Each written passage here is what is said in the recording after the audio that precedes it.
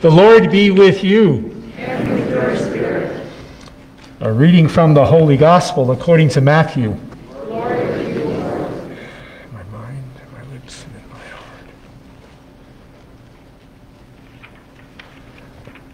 When the chief priests and Pharisees had heard the parables, they realized Jesus was speaking about them. Then the Pharisees went and plotted to entrap Jesus in what he said. So they sent their disciples to him, along with the Herodians, saying, "Teacher, we know you are sincere and teach the way of God in accordance with truth and show deference to no one. For you do not regard people with partiality. Tell us then, what do you think? Is it lawful to pay taxes to the emperor or not?" Now Jesus, aware of their malice, said this, "Why are you putting me to the test, you hypocrites? Show me the coin used for the tax." They brought him a denarius. Then Jesus said to them, "Whose head is this and whose title on the coin?" They answered, "The emperor's." And Jesus said to them, "Give therefore to the emperor the things that are the emperor's, and to God the things that are God's." The Gospel of the Lord. Praise to you, Lord Jesus Christ.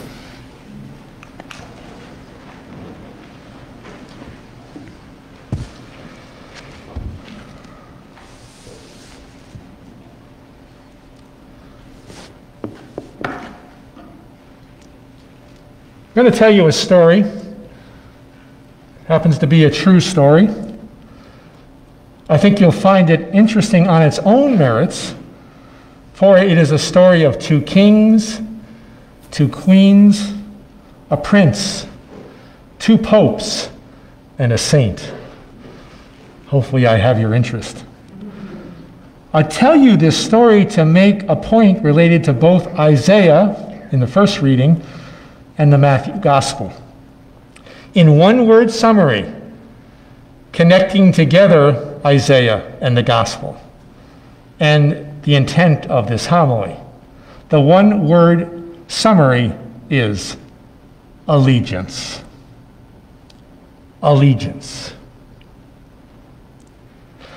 The story begins with the Tudor royal couple, Prince Arthur and Catherine of Aragon.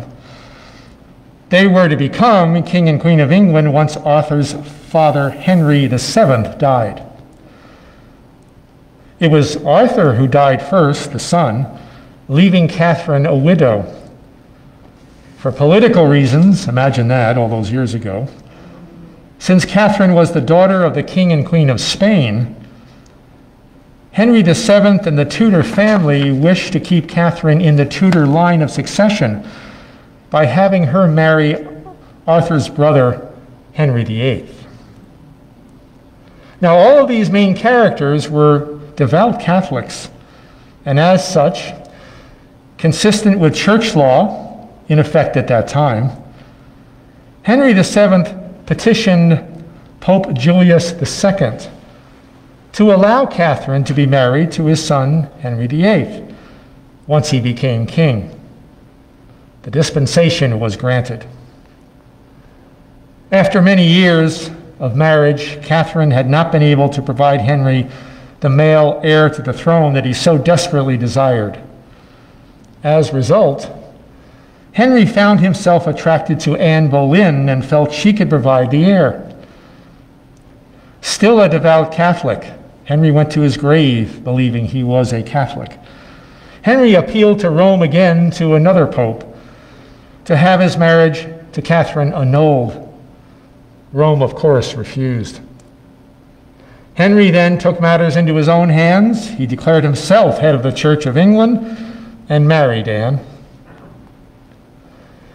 He then ordered his friends and officials to sign what was called an oath of supremacy, stating that they swore allegiance to Henry as Supreme Governor of the Church of England.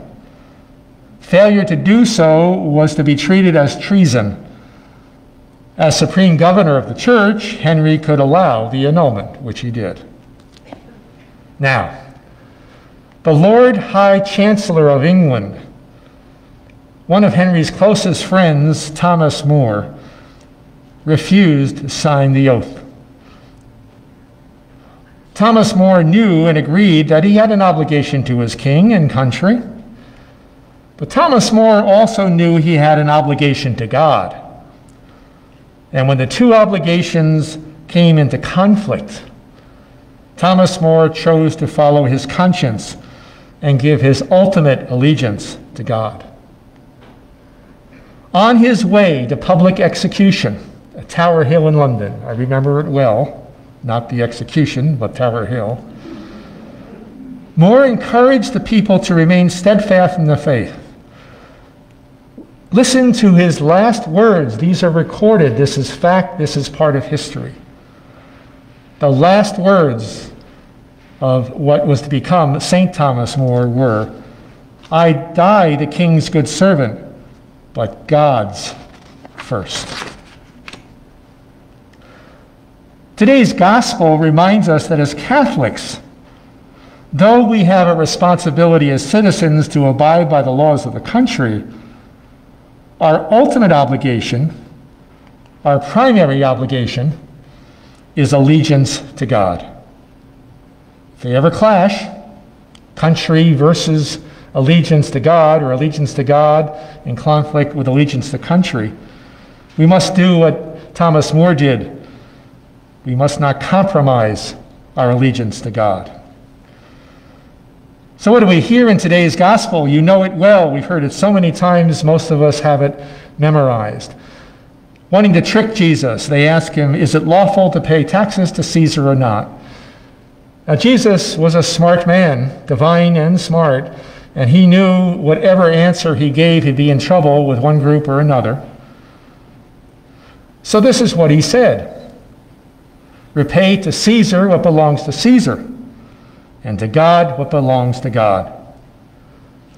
Jesus reminded his questioners then, and us today, if they are so concerned and careful about paying taxes to the state, they should be much more concerned and careful about their service and allegiance to God, and their obligation to God, recognizing God is to receive the number one priority in their life. There can only be one number one. It's a matter of math.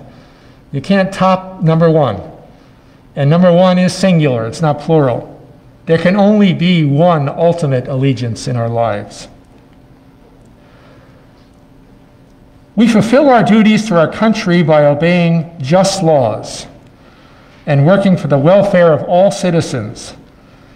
And so as citizens of this country, we should be willing to pay for the services and the privileges that government provides for the common good. Paved roads, police and fire protection, schools, banks, social services. The list is long. Good reasons to invest in our country. Another way of giving to Caesar what is Caesar's is to participate actively in the running of government, electing the most suitable candidates and influencing them through frequent contacts. So, as faithful Catholics, we should consider voting an obligation and not an option. So, we know, before I spoke, I gave this history lesson, that we need to give to God what is God's. How?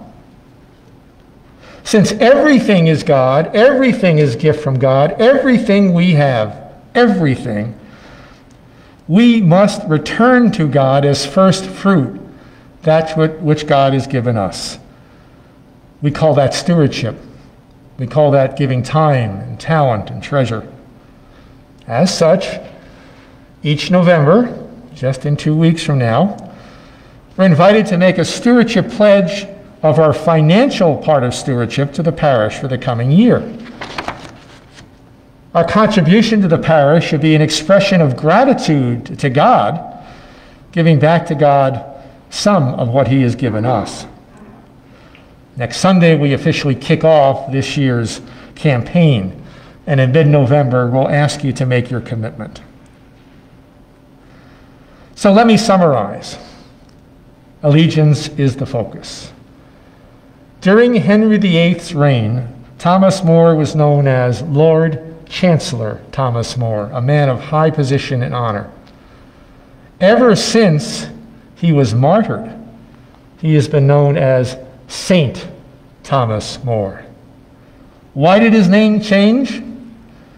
His name changed precisely because the church recognized he pledged his obedience to God.